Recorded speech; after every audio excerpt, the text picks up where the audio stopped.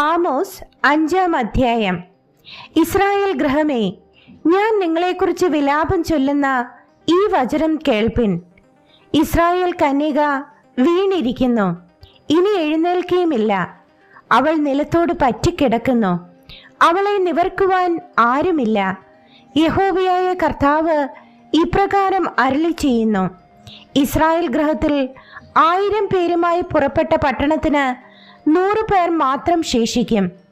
100 പേരുമായി പുറപ്പെട്ടതിന് 10 പേർ മാത്രം ശേഷിക്കും. യഹോവ ഇസ്രായേൽ ഗൃഹത്തോട് ഇപ്രകാരം അരുളി ചെയ്യുന്നു: നിങ്ങൾ ജീവിച്ചിരിക്കേണ്ടതിന് എന്നെ അന്വേഷിപ്പിൻ. ബേഥേലിനെ അന്വേഷിക്കരുത്, ഗിൽഗാലിലേക്ക് ചെല്ലരുത്, ബേർഷേബയിലേക്ക് കടക്കുകയുമരുത്. ഗിൽഗാൽ പ്രവാസത്തിലേക്ക് പോകേണ്ടി വരും, ബേഥേൽ നാസ്തിയായി ഭവിക്കും. നിങ്ങൾ ജീവിച്ചിരിക്കേണ്ടതിന് യഹോവയെ അന്വേഷിപ്പിൻ. അല്ലെങ്കിൽ അവൻ ബേഥേലിൽ ആർക്കും കെടുത്തുവാൻ കഴിയാത്ത ഒരു തീ പോലെ യോസേഫ് ഗൃഹത്തിന്മേൽ ചാടി അതിനെ ദഹിപ്പിച്ചു കളയും. ന്യായത്തെ കാഞ്ഞിരമാക്കി തീർക്കുകയും നീതിയെ നിലത്ത് തള്ളിയിട്ട് കളയുകയും ചെയ്യുന്നവരെ, കാർത്തികയെയും മകീരത്തെയും സൃഷ്ടിക്കുകയും അന്ധതമസിനെ പ്രഭാതമാക്കി മാറ്റുകയും പകലിനെ രാത്രിയാക്കി ഇരുട്ടുകയും സമുദ്രത്തിലെ വെള്ളത്തെ വിളിച്ച് ഭൂതലത്തിൽ പകരുകയും ചെയ്യുന്നവനെ അന്വേഷിപ്പിൻ. യഹോവ എന്നാകുന്നു അവന്റെ നാമം. അവൻ കോട്ടയ്ക്ക് നാശം വരുവാൻ തക്കവണ്ണം ബലവാന്റെ മേൽ നാശം മിന്നിക്കുന്നു. ഗോപുരത്തിങ്കൽ ന്യായം വിധിക്കുന്നവനെ അവർ ദ്വേഷിക്കുകയും പരമാർത്ഥം സംസാരിക്കുന്നവനെ വെറുക്കുകയും ചെയ്യുന്നു. അങ്ങനെ നിങ്ങൾ എളിയവനെ ചവിട്ടിക്കളയുകയും അവനോട് കോഴയായി ധാന്യം വാങ്ങുകയും ചെയ്യുന്നതിനാൽ നിങ്ങൾ വെട്ടുകല്ലുകൊണ്ട് വീട് പണിയും, അതിൽ പാർക്കയില്ല താനും. നിങ്ങൾ മനോഹരമായ മുന്തിരിത്തോട്ടങ്ങൾ ഉണ്ടാക്കും, അവയിലെ വീഞ്ഞ് കുടിക്കയില്ല താനും. നീതിമാനെ ക്ലേശിപ്പിച്ച് കൈക്കൂലി വാങ്ങുകയും ഗോപുരത്തിങ്കൽ ദരിദ്രന്മാരുടെ ന്യായം മറച്ചു കളയുകയും ചെയ്യുന്നവരെ, നിങ്ങളുടെ അതിക്രമങ്ങൾ അനവധിയും നിങ്ങളുടെ പാപങ്ങൾ കഠിനവും എന്ന് ഞാൻ അറിയുന്നു. അതുകൊണ്ട് ബുദ്ധിമാൻ ഈ കാലത്ത് മിണ്ടാതിരിക്കുന്നു. ഇത് ദുഷ്കാലമല്ലോ. നിങ്ങൾ ജീവിച്ചിരിക്കേണ്ടതിന് തിന്മയല്ല നന്മ തന്നെ അന്വേഷിപ്പിൻ. അപ്പോൾ നിങ്ങൾ പറയുന്നത് പോലെ സൈന്യങ്ങളുടെ ദൈവമായ യഹോവ നിങ്ങളോടുകൂടി ഇരിക്കും.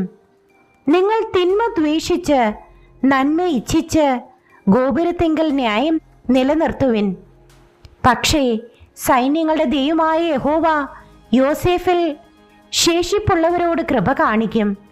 അതുകൊണ്ട് സൈന്യങ്ങളുടെ ദൈവമായ യഹോവ എന്ന കർത്താവ് ഇപ്രകാരം അരുളി ചെയ്യുന്നു: സകല വീഥികളിലും വിലാപമുണ്ടാകും, എല്ലാ തെരുക്കളിലും അവർ അയ്യോ അയ്യോ എന്ന് പറയും. അവർ കൃഷിക്കാരെ ദുഃഖിപ്പാനും പ്രലാപജ്ഞന്മാരെ വിലാപിപ്പാനും വിളിക്കും. ഞാൻ നിന്റെ നടുവിൽ കൂടി കടന്നു പോകുന്നത് കൊണ്ട് എല്ലാ മുന്തിരിത്തോട്ടങ്ങളിലും വിലാപമുണ്ടാകും എന്ന് യഹോവ അരുളി ചെയ്യുന്നു. യഹോവയുടെ ദിവസത്തിനായി വാഞ്ചിക്കുന്ന നിങ്ങൾക്ക് അയ്യോ കഷ്ടം. യഹോവയുടെ ദിവസം കൊണ്ട് നിങ്ങൾക്ക് എന്ത് ഗുണം? അത് വെളിച്ചമല്ല, ഇരുട്ടത്രേ.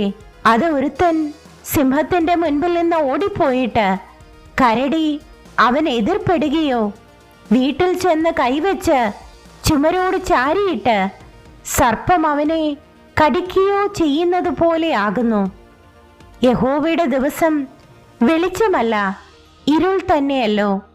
ഒട്ടും പ്രകാശമില്ലാതെ അന്ധതമസ് തന്നെ. നിങ്ങളുടെ ഉത്സവങ്ങളെ ഞാൻ ദ്വേഷിച്ചു നിരസിക്കുന്നു. നിങ്ങളുടെ സഭായോഗങ്ങളിൽ എനിക്ക് പ്രസാദമില്ല. നിങ്ങൾ എനിക്ക് ഹോമയാഗങ്ങളും ഭോജനയാഗങ്ങളും അർപ്പിച്ചാലും ഞാൻ പ്രസാദിക്കുകയില്ല. തടിച്ച മൃഗങ്ങൾ കൊണ്ടുള്ള നിങ്ങളുടെ സമാധാന യാഗങ്ങളെ ഞാൻ കടാക്ഷിക്കുകയില്ല. നിന്റെ പാട്ടുകളുടെ സ്വരം എൻ്റെ മുൻപിൽ നിന്ന് നീക്കുക. നിന്റെ വീണാനാഥം ഞാൻ കേൾക്കുകയില്ല. എന്നാൽ ന്യായം വെള്ളം പോലെയും നീതി വറ്റാത്ത തോടുപോലെയും കവിഞ്ഞൊഴുകട്ടെ. ഇസ്രായേൽ ഗൃഹമേ, നിങ്ങൾ മരുഭൂമിയിൽ എനിക്ക് 40 സംവത്സരം ഹനനയാഗങ്ങളും ഭോജനയാഗങ്ങളും അർപ്പിച്ചുവോ?